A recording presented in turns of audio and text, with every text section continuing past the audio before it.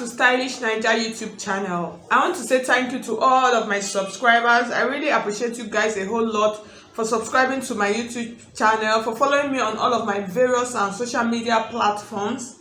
I appreciate you guys. If you are new to my channel, if this is the first time of you coming across Stylish Naija YouTube channel, please, I would appreciate if you will hit on the subscribe button, subscribe, and then hit on the bell on the side to get an update whenever I upload a new video. Today I'm going to be showing you how to cut and sew a trendy round ruffle sleeve. So that's just literally what I'm going to call this. So it is a round and ruffled sleeve. That's what I'm going to be showing you how to cut and sew. So if this sleeve is, it looks a little bit trickish, but the underneath of the sleeve is actually a basic long sleeve. So that's what we are going to do first. I'm going to cut out a basic long sleeve, and then I'm going to show you how to cut out the satin that we are going to use for the ruffles.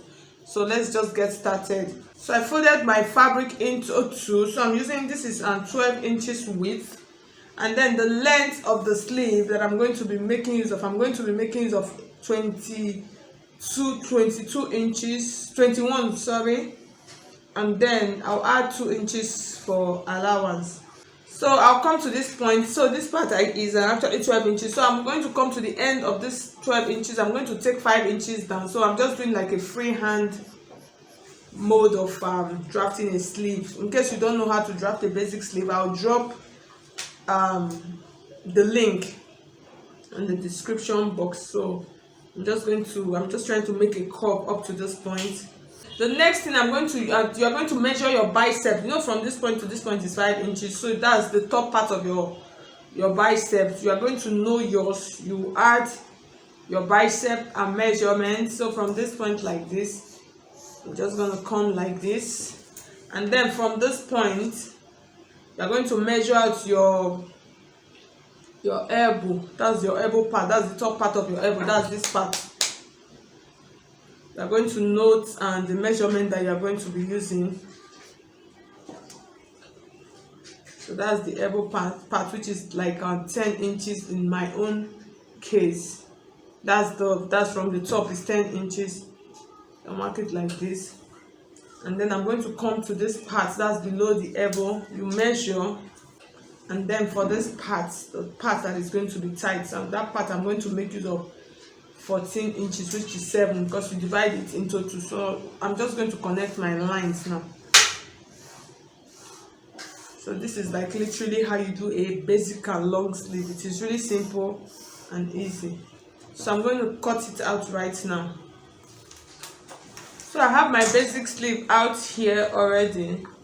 So guys, you could see I already have some ruffles cut out that I'm going to be attaching to my sleeve. So I just cut them, so you could see it's almost like a little bit straight, but it's not really entirely straight.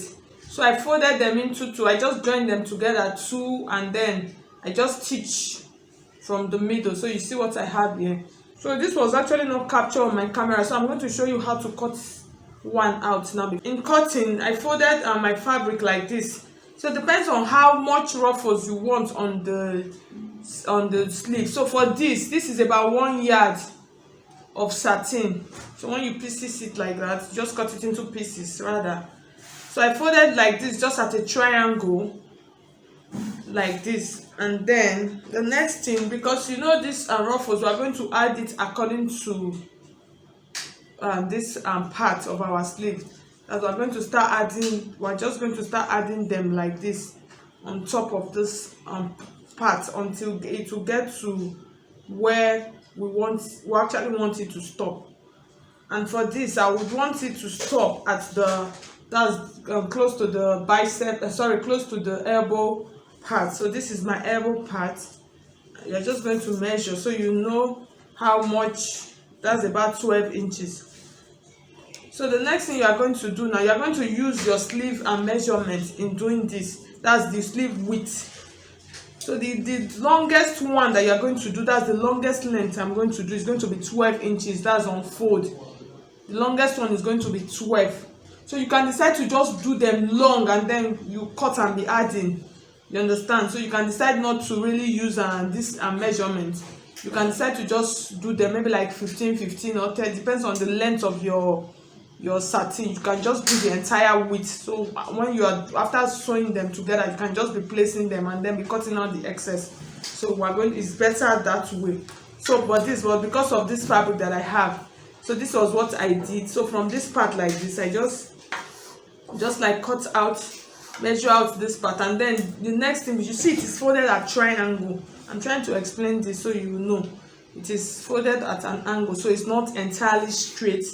So you are going to determine the width. The width, that's the length of all of the ruffles. All of them are the same. All of their widths are the same. So what I actually have here is 2 inches. So after stitching, it will come to about 1.5. So what you are going to cut out now, you are going to cut out 2.5 inches, because you see it is joined into 2.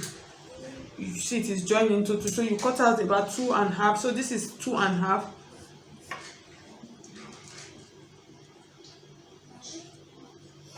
You know it is not straight, so this is 2.5.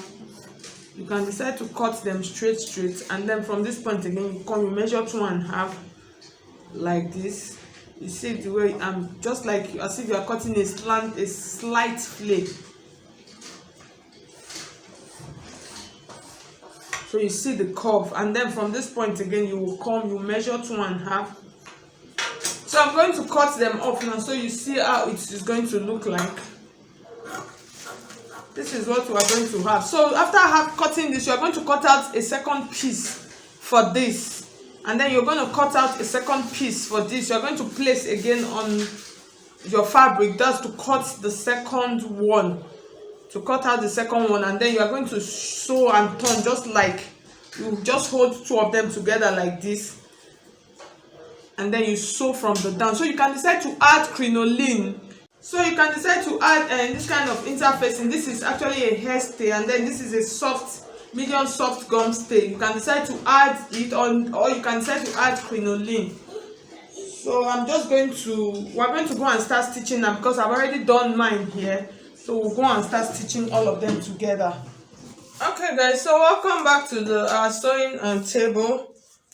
So you are going to measure from the top part of your sleeve where you actually want your ruffles to get to. So mine, I would want between, so you leave the inch that you are going to use to stitch. I'm going to want between let me say 11, between 10 and 11 inches. So let me just like do 10.5. yeah.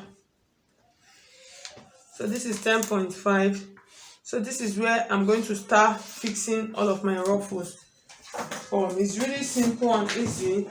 So like I said, you can decide to add to make it a little bit stiffer. You can decide to use any other fabric. You can actually use an Ankara also for this sleeve. So you can use any sleeve of any fabric of your choice. So I'm going to place like this now.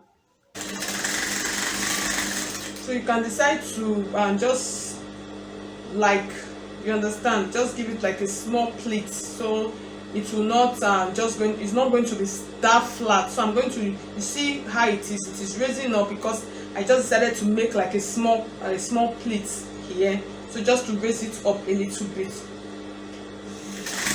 because it's not really entirely straight. So you can decide to do that, just like a tiny pinch. So you see that is just even enough to raise it up for me. So I'm going to take this now, and then I'm going to place again. So now I want you to note what I'm going to do. This, you see, I'm going to place this on top of this point now. So even when you raise this up, even when you raise it up like this, you are going to place it, you see the stitch line, I'm going to place this on top of the stitch line. So even when you raise it up from this side, it's not going to show from this other side. So you place it on top of the exact and stitch line, and then you stitch again. So I just want you to see the difference. So this is the one that has interfacing. You see it's standing more than these ones that don't have interfacing. So you see the difference. So you see this one that has interfacing, you see it is standing more than this one that does not have interfacing. So this was what I was trying to tell you. So you see this side is blocked, unlike this side that I fixed. You see this part is showing, it's not supposed to be so, it's supposed to be like this, that it is blocked.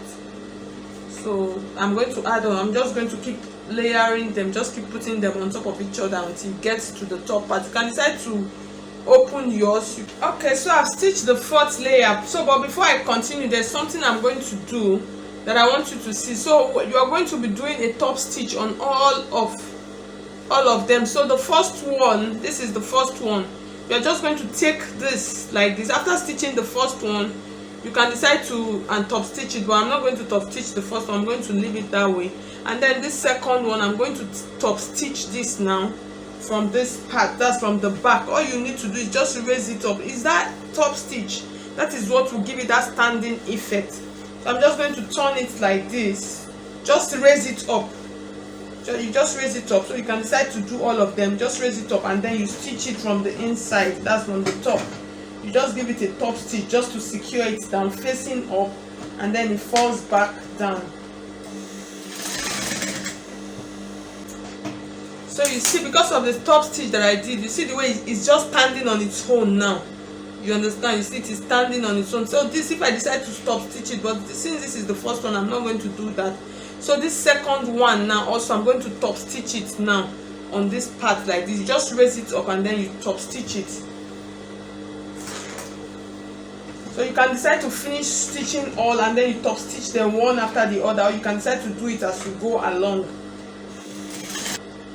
So I finished doing this one. So you see on its own, you see they are just standing on their own now. You see they are standing. So I'm just going to continue like that because I did not want it to disturb me. That was why it's always good for you to finish stitching everything before you now top stitch them. So I'm just going to continue now. I'm just going to keep layering them. So once I'm done, I'll come back and show you the complete one.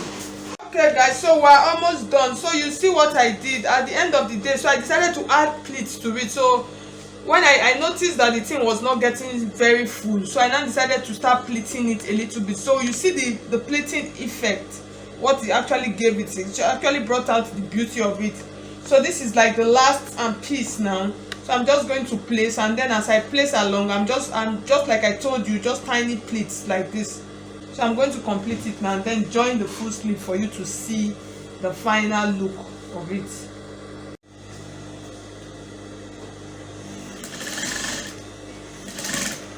Okay, so you see the back of our sleeve. So if you want to turn with a lining now, you just turn with a lining. So your edges, you leave them and then you turn it with a lining. So what I'm going to do now is just what's remaining now is just for me to join my sleeve on the side like this. So I'm going to join it and then come back and show you. So you see the effect and come back and show you the final look of the sleeve. Okay, so guys, you could see this is the final look of our round and ruffled sleeve. So thank you so much. If you see, it actually came out beautifully well. So I had to join this one on this part because it was not enough, like I told you. So you can join, but make sure you hide it properly. So thank you so much. I'll see you in my next video. Bye.